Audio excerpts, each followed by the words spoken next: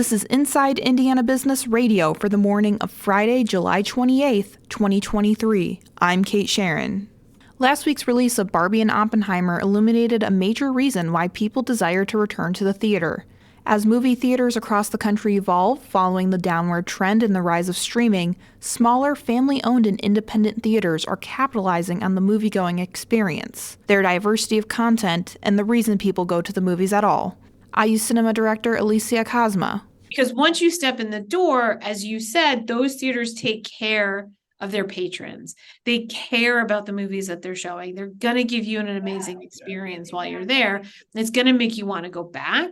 When blockbusters like last weekend hit the silver screen, Cosma said that impact is tremendous because the theater is more likely to make money off ticket sales. These major movies also serve as a great marketing tool because they get people in the door to experience what the local theater has to offer. Most areas are significantly outnumbered screen-wise. Typically, independently owned theaters support 1 or 2 screens. AMC theaters have an average of 11 screens per theater, with 10,500 screens at 950 locations. Where movie theaters make their rent is through concessions, Cosma said, and that's why they tend to be more expensive. When movies bring out the crowds, she said independent theaters can cover the rental costs of the film, make some money off ticket sales, and cash in on more people buying concessions. Mary Margaret Health announced plans for a new hospital in Batesville as part of a health and wellness campus expansion. Phase 1 of the project will be building the new 124,000 square foot hospital next to the already existing physician center and outpatient and cancer center.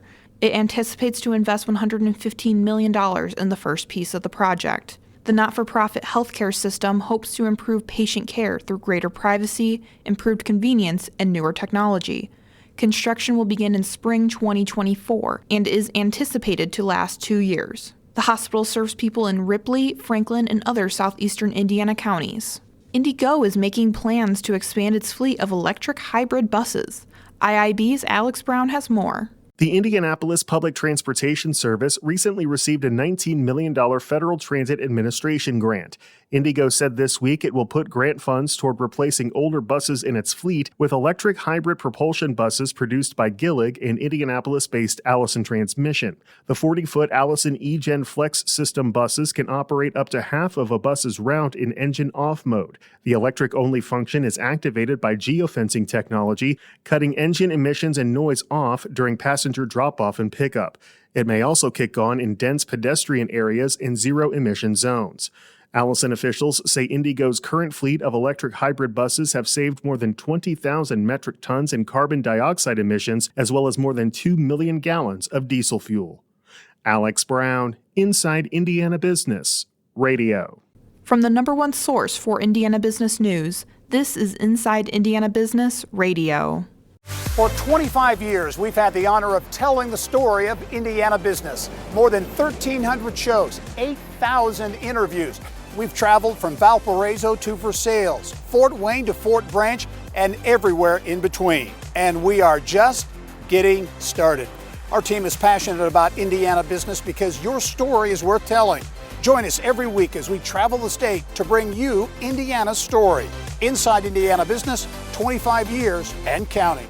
Indiana's housing market continues to receive national attention as people continue to shop the Midwest for its affordability. Lafayette and West Lafayette have taken the top spot in the Wall Street Journal Realtor.com Emerging Housing Markets Index for the 3rd straight quarter. Fort Wayne comes in at number 2, and the Elkhart-Goshen area follows at 3rd. South Bend, Mishawaka was ranked 9th. The index ranks the most attractive areas for home buyers looking for an appreciating housing market, a healthy local economy, and quality of life. Evansville-based Escalade is reporting a second quarter net income of $3.6 million, down from $5.7 million during the same period last year. The sporting goods and recreation equipment manufacturer said Thursday the drop can be partially attributed to the reduced post-pandemic consumer demands across most product categories. CEO Walter Glazer said the company still delivered strong results following a disappointing first quarter. He said U.S. retail sales of sporting goods remained dampened by inflation, high interest rates, and a mixed employment outlook. However, the company anticipates continued normalization of wholesale channels in the second half of the year.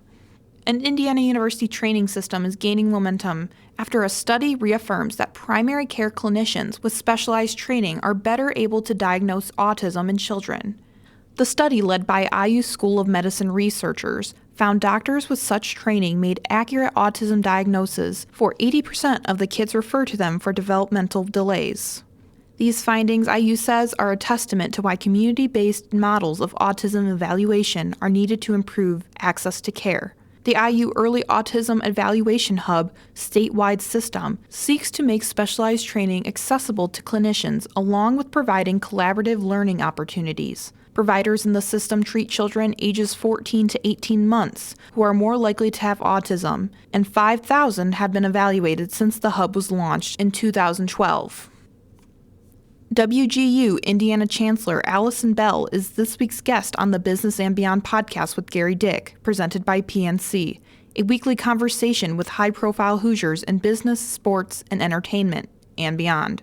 Available now from your favorite podcast provider. I'm Kate Sharon for Inside Indiana Business, Radio on Demand.